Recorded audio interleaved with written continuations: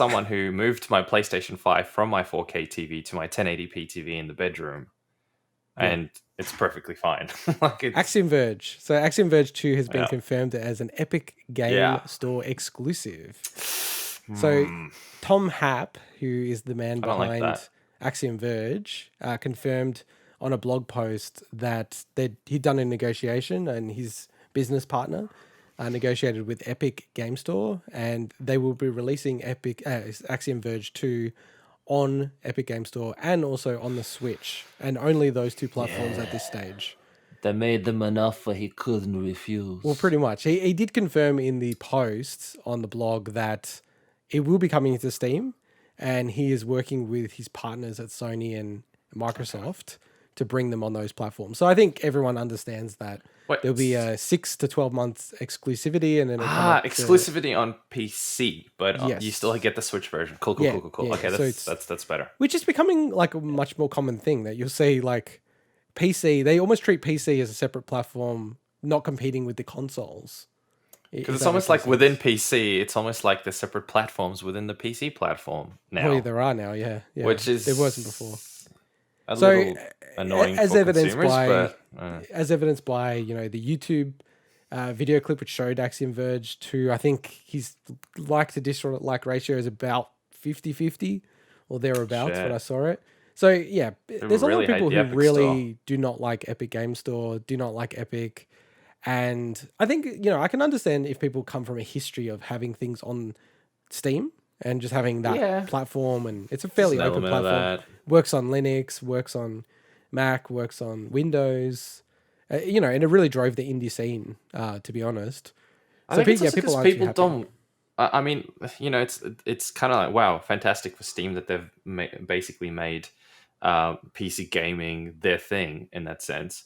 But in the end, a PC is just a platform for other things. Being stuck with a single store, which traditionally is Steam, has benefits because you have your library in a single place and stuff. But really, like from a consumer's perspective, it's also good to have options. But at the same time, I can kind of also see, man, I don't want another store that I've got Rockstar, I've got this, I've got Epic, I got that. Just give me one goddamn consistent platform. The only thing that shits me about the Epic Game Store that I've turned off is every time I turn my PC, I get freaking 3 notifications taking up my screen saying, oh, this is available, do this, try that. Get this for free. Piss off. I just want to, just use my PC. If I want to go to Epic, I will go to Epic and I will look at the games. Yeah, but I always make sure. But you can turn that off. You turn that shit off. So it's not a big deal. But it's so obnoxious the fact that it's even there, that it's like that by default. I just find it really obnoxious. Yeah, it's pretty easy to turn off. But hey, they give you free games, so why are we complaining? And what did you think about this, Winnie? All right, let me take a deep breath here. All right, just giving you a heads up. Okay, anyone that is still so adamantly pissed off about this whole Epic Game Store exclusivity stuff needs to pull their head out their bloody ass, reprioritize themselves, and grow up. This dude, grow up. Read this blog article. He's gonna get death threats. Let me finish my piece. I might have to take off the Dare sponsorship that we have. Let me finish my piece. You guys have been talking for like the last 3 minutes. Sorry. Read this blog article, anyone that hasn't. This dude, right, states there, and he's really upfront about it. He's got a family, right? This is a fantastic decision for him.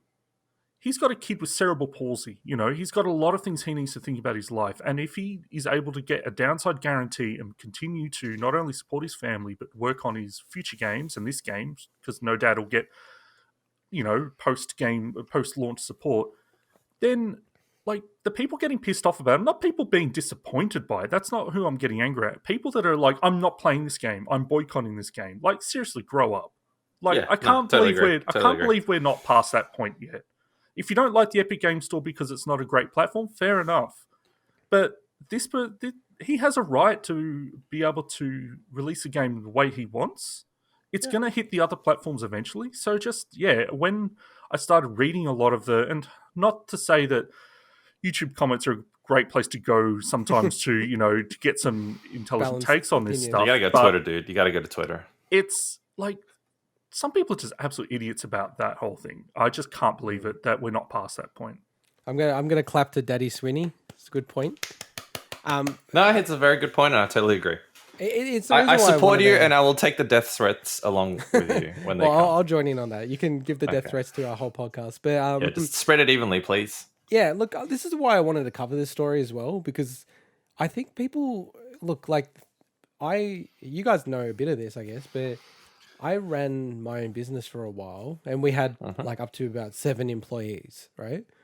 And I can say for certainty, I did not understand the feelings that you have as a small business owner. And I look at, Tom Happ as a small business owner, right? It just so happens his business is making games. He is, yeah. I cannot explain to you. You have to really go through it, but the stress you have that you have to make the bills, you have to pay your employees, people rely on you. I had people who had families who I employed, so the success of my business, they are reliant on, and it's a different type of stress that I've ever had in my life. And it's also, I guess, depends on your personality type, but it's that level of responsibility that you feel that you are generating something that other people rely on. I 100% understand where he's coming from, where you can have a deal, and the way it sounds is they're probably bringing in a model that's a bit similar to what publishers do, and the whole book industry, which is we'll give you an advance, maybe we'll give you X amount upfront as a bit of a juicy fee. We will take a small clip, and then the rest of it you make like normal, which is the 88% that Epic Game Store, which I think is much more fair than the 70-30 that all the other businesses employ. And I think it's ridiculous anyone having an issue with this. Yeah, but okay, I totally agree with all of that. But you got to think, there's a lot of people out there who haven't had a business, and there's a lot of people out there who probably are 15, who live with their parents, who have absolutely zero notion of anything you just spoke about. Now, I'm not saying they're ignorant. Actually, that's exactly what I'm saying. They're as ignorant as I am to a whole bunch of shit. And you're always going to get people like that. And you know what? In the end, if I was this guy, and if I was a developer, don't play my freaking game then. Don't download the Epic Store. Go play something else. If it's that much of a problem to you, and you don't see the reality of having to have a family and have this as a job. I don't go to a freaking job getting paid a cozy 6-figure sitting in front of a screen all day and being told exactly what I need to do. This guy has to freaking figure out how to feed his family, right? There's huge risks involved with this kind of stuff. People don't see that. It's so much easier to just hit a thumbs down button on a YouTube clip and then sit there and write a horrible comment about it just because you don't want to download a bloody game launcher. Are you freaking serious? As Swinny said, grow up. And it seems like even though there is a lot of hate, it hasn't seemed to have affected games that have launched on the Epic Game Store in this manner. Like they have eventually got onto Steam and they've got seemingly just as many sales as they would have. So from a business perspective, I think it makes perfect sense what he's doing here. And it's something that I'll look to pick up on the Switch because I'm still playing through the first one, which I really enjoy. Yeah. I'm going to start the first one again. Yeah, so I think we're all in unison on that one. We are absolutely grow up, unison. kiddies. And by the way, you know what? I think a whole bunch of these people that are sitting there giving Epic Games shit about their store and giving developers shit about putting it on that platform, guaranteed a lot of them actually have the client. I guarantee a lot of them were downloading the free games, using the platform, and then bitching about it like they're holier than thou. It's just nonsense. Of course. All right, for our next story. So in the US,